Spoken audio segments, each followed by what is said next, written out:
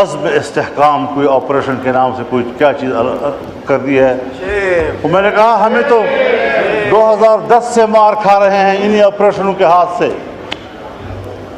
دہشت گردی کے خلاف جنگ، دہشت گردی کے خلاف جنگ. کیا دہشت گردی کے خلاف جنگ یہ بین الاقوامی ایجنڈا نہیں ہے؟ اس کے اس پہلو کو ہم کیوں نظر انداز کر رہے ہیں؟ باجوہ صاحب نے مجھے کہا، میں نے باڑ لگا دیا ہے. فخر سے کہتا تھا میں نے باڑ لگا دیا ہے، کسی کا باپ بھی نہ افغانستان جا سکتا. جناب اسپیکر، میں آپ کا شکر گزار ہوں کہ آپ نے گفتگو کے لیے وقت بھی دیا اور گفتگو کا انتظار بھی کیا. مجھے کبھی یہ دعویٰ نہیں رہا کہ میں کوئی اقتصادی ماہر ہوں اور جو بجٹ کی روح ہے میں اس پر بحث کرتے ہوئے اس کا حق ادا کر سکوں گا. یقیناً ایوان میں ایسے فاضل اراکین موجود ہیں جو تکنیکی بنیادوں پر بجٹ پر بحث بھی کر سکتے ہیں، اعداد و شمار پر بات بھی کر سکتے ہیں. میں ان کے سیاسی پہلوؤں کو ذرا اجاگر کرنا چاہوں گا کہ 1988 سے میں اس ایوان میں کتنے بجٹ سن چکا ہوں، کتنے بجٹ میرے ہوتے ہوئے پاس ہوئے ہیں، اور ہر بجٹ پیش کرنے والی حکومت اس نے دعویٰ کیا ہے کہ یہ عوام دوست بھی ہے اور ملک کی ترقی کی راہ پر یہ بجٹ گامزن کرے گا ملک کو. یہ تمام دعووں کے باوجود آج 75 سال کے بعد معاشی طور پر ملک کہاں کھڑا ہے، اس کو زیر بحث لانے کی بھی ضرورت نہیں ہے. شیشے کی طرح نظر آتا ہے کہ ہم دیوالیہ پن کے کنارے کھڑے ہیں. اور آج جو اس بجٹ میں آپ نے سب سے زیادہ توجہ دی ہے ٹیکس لگانے کے اوپر. اللہ اکبر، اللہ اکبر، اللہ اکبر. اشہد ان لا الہ الا اللہ،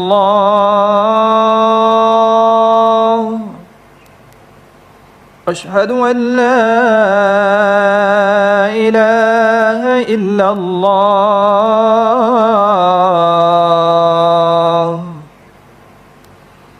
اشہد ان محمد رسول اللہ،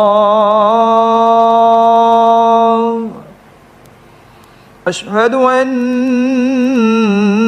محمد رسول اللہ.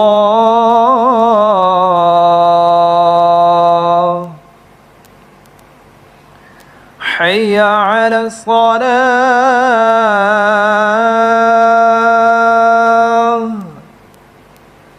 حی علی الصلاة،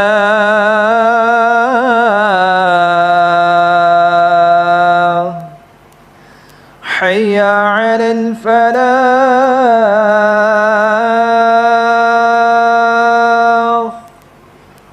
حی علی الفلاح.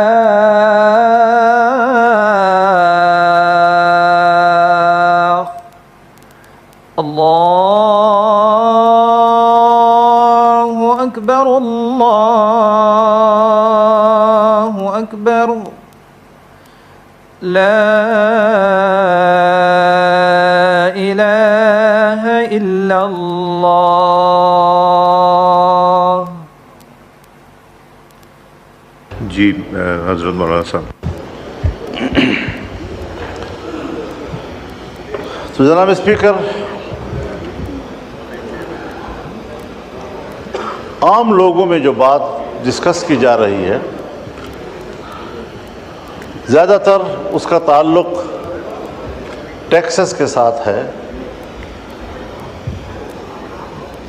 ہر شعبے میں، ہر سطح پر، ہر کاروبار میں، ہر تنخواہ میں، ہر کمائی میں ٹیکسز لگا دیے گئے ہیں، اور اسی کی بنیاد پر پھر مہنگائی کا طوفان اس سے روکا نہیں جا سکتا۔ بنیادی بات یہ ہے کہ ہم جس چیز کا ڈیمانڈ قوم سے کرتے ہیں کہ آپ ٹیکس دیں تاکہ ملک کا خزانہ مضبوط ہو، ملک کا اقتصاد مضبوط ہو، جب حکمران اس قسم کا ڈیمانڈ قوم سے کرتے ہیں تو قوم کے بھی کچھ حقوق ہوتے ہیں۔ اگر آپ قوم کو وہ حقوق نہیں دے سکتے، پھر کیا آپ قوم سے ٹیکس وصول کرنے کا حق بھی رکھتے ہیں؟ اس کے بدلے میں قوم آپ سے دو چیزیں مانگتی ہیں، ایک امن، جان، مال اور عزت و آبرو کا تحفظ، اپنے انسانی حقوق کا تحفظ، اور دوسرا معاشی خوشحالی۔ عام آدمی کو یہ اطمینان ہو کہ میرے بچوں کے لیے اگلے ہفتے اور مہینے تک گھر میں خوراک موجود ہے، اس کا انتظام ہو سکتا ہے۔ لیکن کیا ہم نہیں سمجھتے یہ بات کہ ہمارے ملک میں ہر جگہ نہ صحیح لیکن بیشتر علاقوں میں صورتحال فاقوں تک پہنچی ہے، کاروبار ختم ہو چکے ہیں، اور میں تو دیکھتا ہوں ہم نے آپریشنز کیے، لوگوں کو کہا آپ گھر بار چھوڑ دیں، سوات سے لے کر وزیرستان تک تمام علاقوں کو خالی کر دیا گیا، عوام نے اپنے ملک کے اندر ہجرت کی۔ ہمارے وہ قبائلی خواتین جو اپنے خاص ماحول میں اور خاص کلچر کے اندر زندگی گزارتے رہے، انہیں آپ نے صحراؤں میں جا کے بٹھایا، ان کو بازاروں میں بھیک مانگنے پر آپ نے مجبور کیا،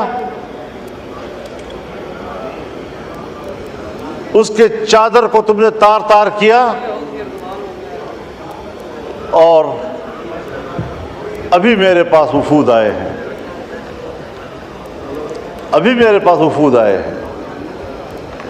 مسعود قبیلے کا وفد آیا کہ پچھلے سال ہمارے ساتھ ایک مکان اگر مکمل تباہ ہے تو 4 لاکھ روپے، اور اگر جزوی طور پر نقصان ہوا ہے تو 1,60,000 روپے،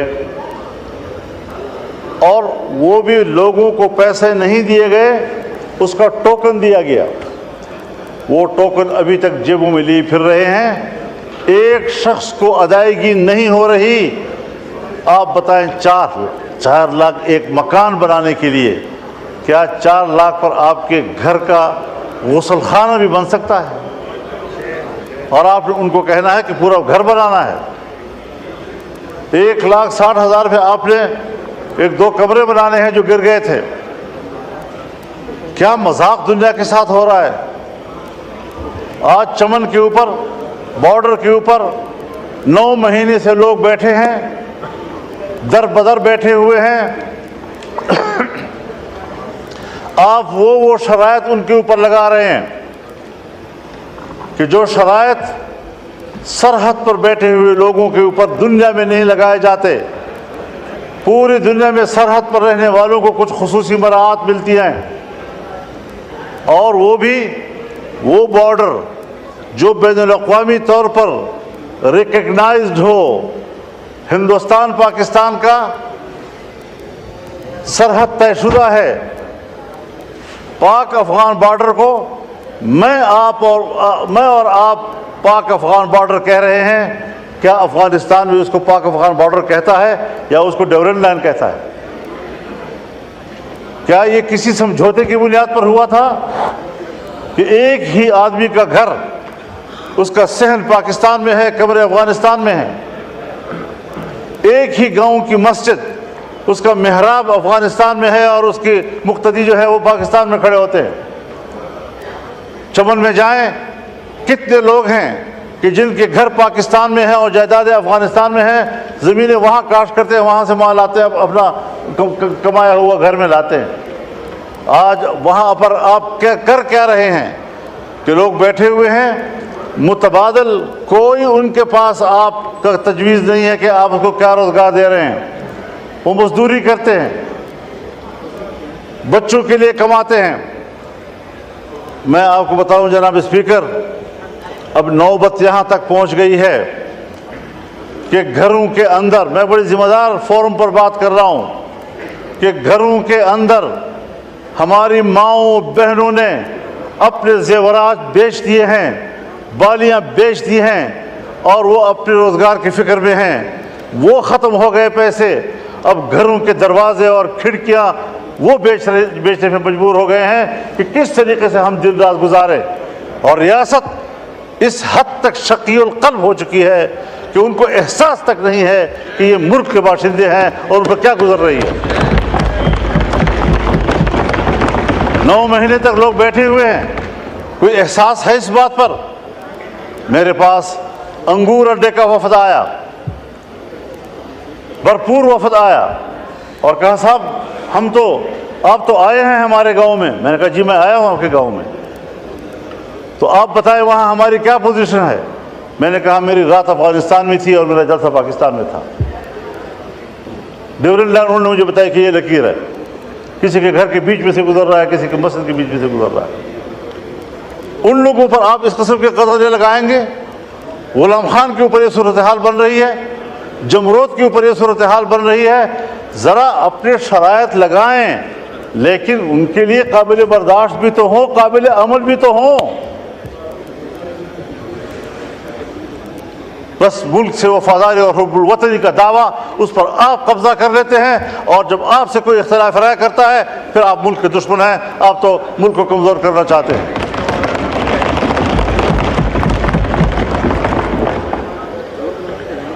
دوسری بات یہ ہے جناب اسپیکر،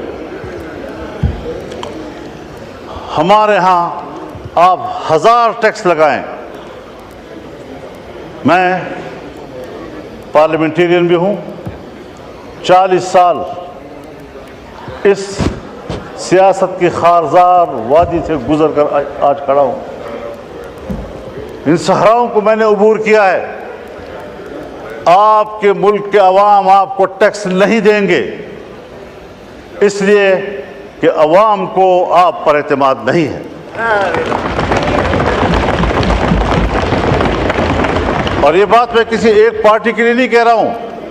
اگر میری حکومت ہو اور میں ٹیکس لگاؤں گا تو میرے ہوتے ہوئے شاید لوگ اعتماد نہ کریں، اس لیے کہ لوگوں کو پتہ ہے کہ میرے ٹیکس وصول کر کے اس کو باہر کے قرض میں دیا جائے گا، IMF کے قرض میں دیا جائے گا، ورلڈ بینک کے قرض میں دیا جائے گا۔ جب میرا ٹیکس میرے فلاح و بہبود پہ خرچ نہیں ہوتا، مجھے کیا پڑی ہے کہ میں عالمی بینک کو بھرتا رہوں اور اپنے پیسوں سے محنت سے بھرتا رہوں۔ اور یہ آج کی ریت نہیں ہے جناب اسپیکر، یہ ہمیں ورثے میں ملی ہے۔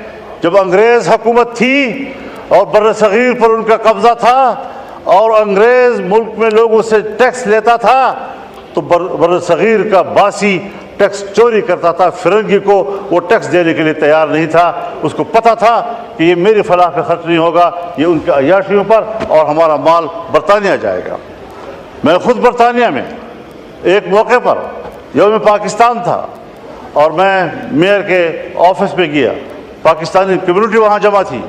مجھے کہا مولانا صاحب ان بلڈنگوں کو دیکھو، یہ ان کے نہیں ہیں، یہ ہمارے اپنے ہیں، ہمارا مال لا کر چوری کر کے انہوں نے یہ بلڈنگیں بنائی ہیں، یہ ہندوستان کی ہے، یہ بر صغیر کی ہے۔ اس کے باوجود ملکہ برطانیہ انڈیا آتی ہے اور پارلیمنٹ اس کو کہتا ہے کہ تم 100 سال سے ہمارے اوپر حاکم رہے ہو، تم نے ہماری سرزمین پر قبضہ کیا تھا، پہلے اپولوجائز کرو، معافی مانگو، اس کے بعد آپ ایوان میں آ سکتی ہیں۔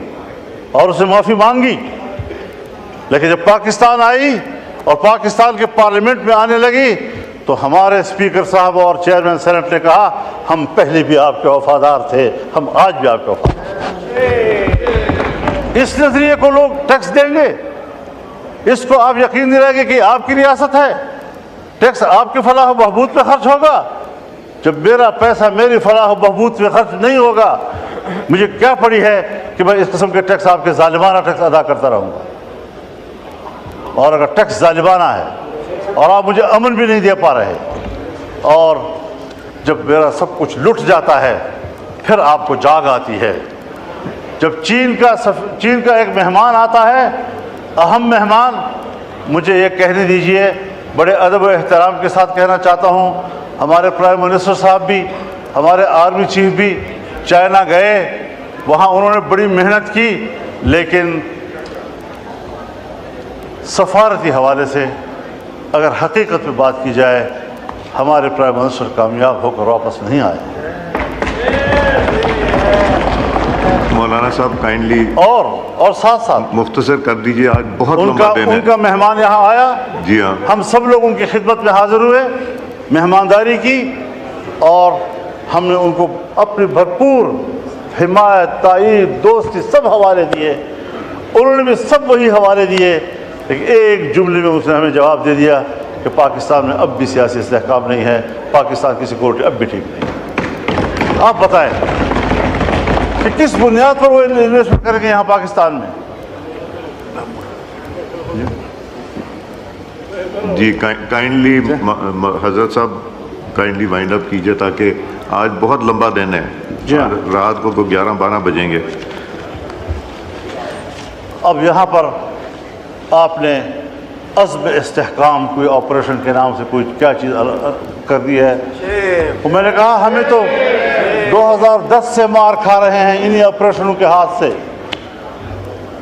دہشت گردی کے خلاف جنگ، دہشت گردی کے خلاف جنگ، کیا دہشت گردی کے خلاف جنگ یہ بین الاقوامی ایجنڈا نہیں ہے؟ اس پہلو کو ہم کیوں نظر انداز کر رہے ہیں؟ باجوہ صاحب نے مجھے کہا، میں نے باڑ لگا دیا ہے، فخر سے کہتا تھا میں نے باڑ لگا دیا ہے، کسی کا باپ بھی نہ افغانستان جا سکتا۔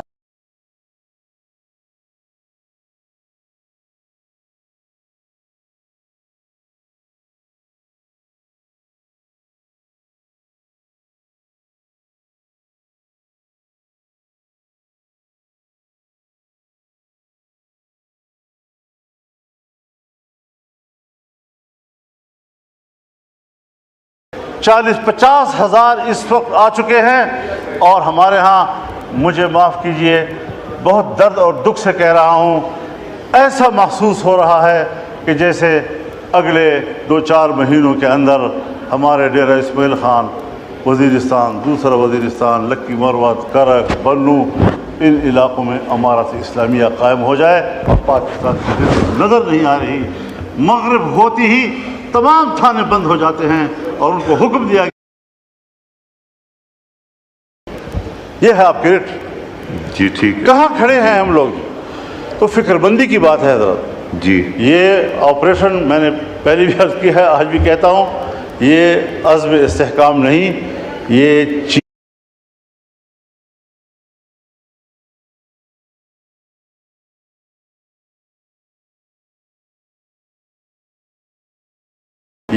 استحکام عزم نہیں ہے، یہ عدم استحکام کی طرف ہم جا رہے ہیں۔ ہمیں سوچنا،